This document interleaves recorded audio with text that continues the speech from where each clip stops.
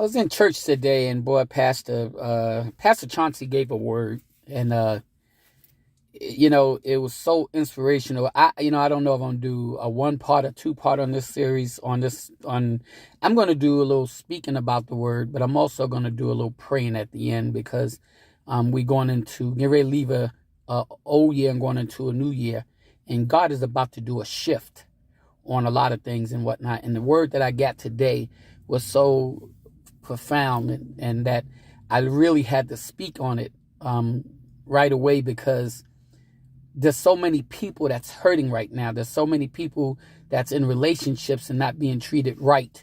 I've been doing a lot of things on relationship lately, and there's a lot of things that's going on in relationships that Satan has his hand in.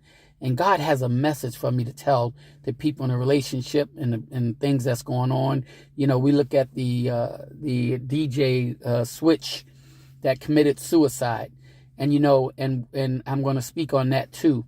But today's message is going to be called God Has No Deadline. And we always think that God has a deadline. Okay, we have a deadline. God has no deadline. See, timing in God's eyes is not a timing at all. There's no such thing as timing in God's eyes. Because see, 1,000 years to God is like one day to us. And yet and still we don't understand, okay, that God has no deadline.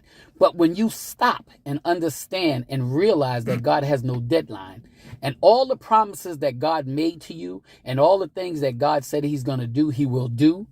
But he operates on his time and not on our time. See, once again, God has no deadline. And I'm going to be jumping on a couple of things here because this message is so important.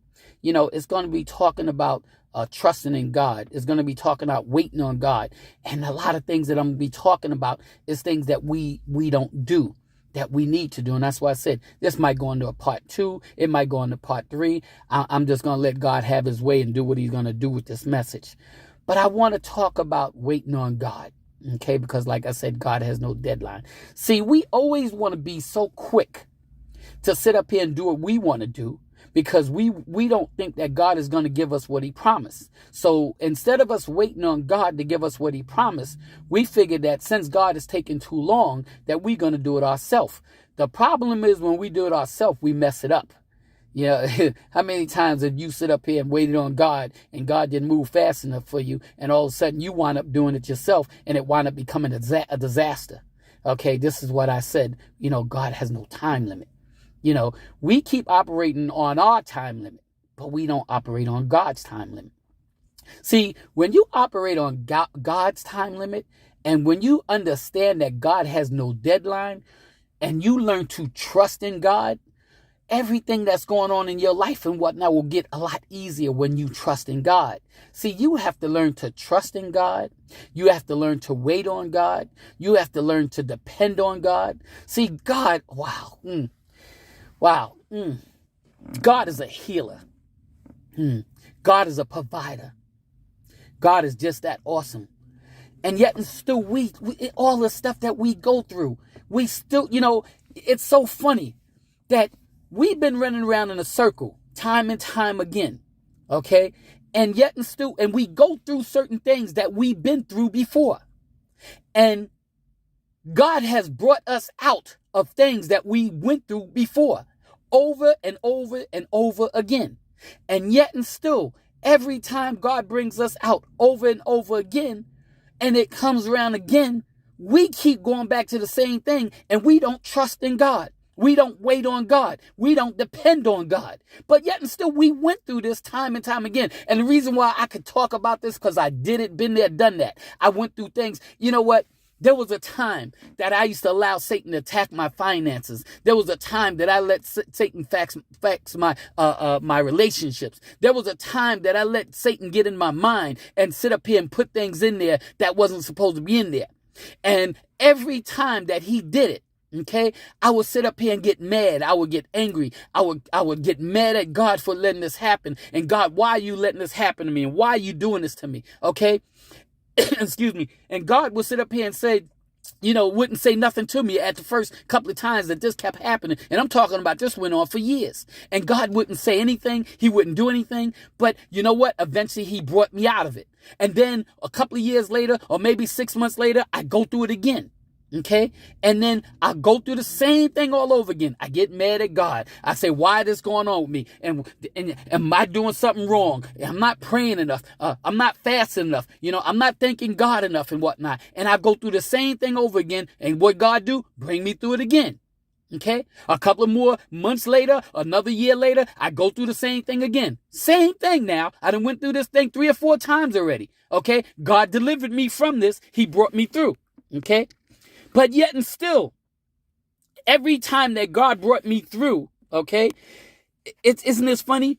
All the time that God brought me through, I never stopped to realize that God was bringing me through this. And so every time I went through something, God would bring me through it. I would sit up here and say, okay, you got me out of this, Father. I ain't got to go through this no more, whatnot. And that's going to be the end of this. And then they come around again and I do the same thing that God delivered me from. Okay. And then one day, time went on. I'm talking about years of going through this. And one day I stopped when something came and Satan tried to attack my finances, try to attack my mind, try to attack my relationship. And you know what I sit up here and said? I said, you know what? I'm stopping and trusting you, God. I'm stopping and trusting you, Lord. I done been through this years now. Of going over and over this over and over again. And God has delivered me from this. Why am I keep going through this and letting Satan keep doing what he does when he does the same thing over and over again, and yet and still I fall into the same trap over and over again? And I sit up here and said to myself, enough is enough. I am not letting Satan do this to me no more. When Satan try to attack my finances, I call on God. When Satan try to attack my mind, I call on God. When Satan tried to attack my family, I call on God. When Satan tried to do something and whatnot that I understand, I stop and I call on God. It took me a long time, years and years, to understand this, that I had to call on God with everything that's going on in my life. You have to learn to trust in God with all things. You can't trust in God with some things. You have to trust in God with all things. God said, lean not on your own understanding, but to lean on him in everything. And yet and still we don't do that. We keep leaning on our own understanding. We keep following man's understanding. We keep allowing our situations to sit up here and dictate to us on how God feels about us. And God is saying your situation has nothing to do with my love for you. But yet and still we keep going under our situations. Okay? And this is what God is telling me today. Because God has no deadline, he's able to do things that nobody else can do. See, Satan has a deadline. Everything that Satan puts on you has a deadline. When he puts bad things on you, it has a deadline. When you have issues going on, it has a deadline. Every season has a deadline, but God has no deadline. See, we serve a God that's just that good. We serve a God that's just that good, that he has no deadline. All the things that God wants in your life will come to pass.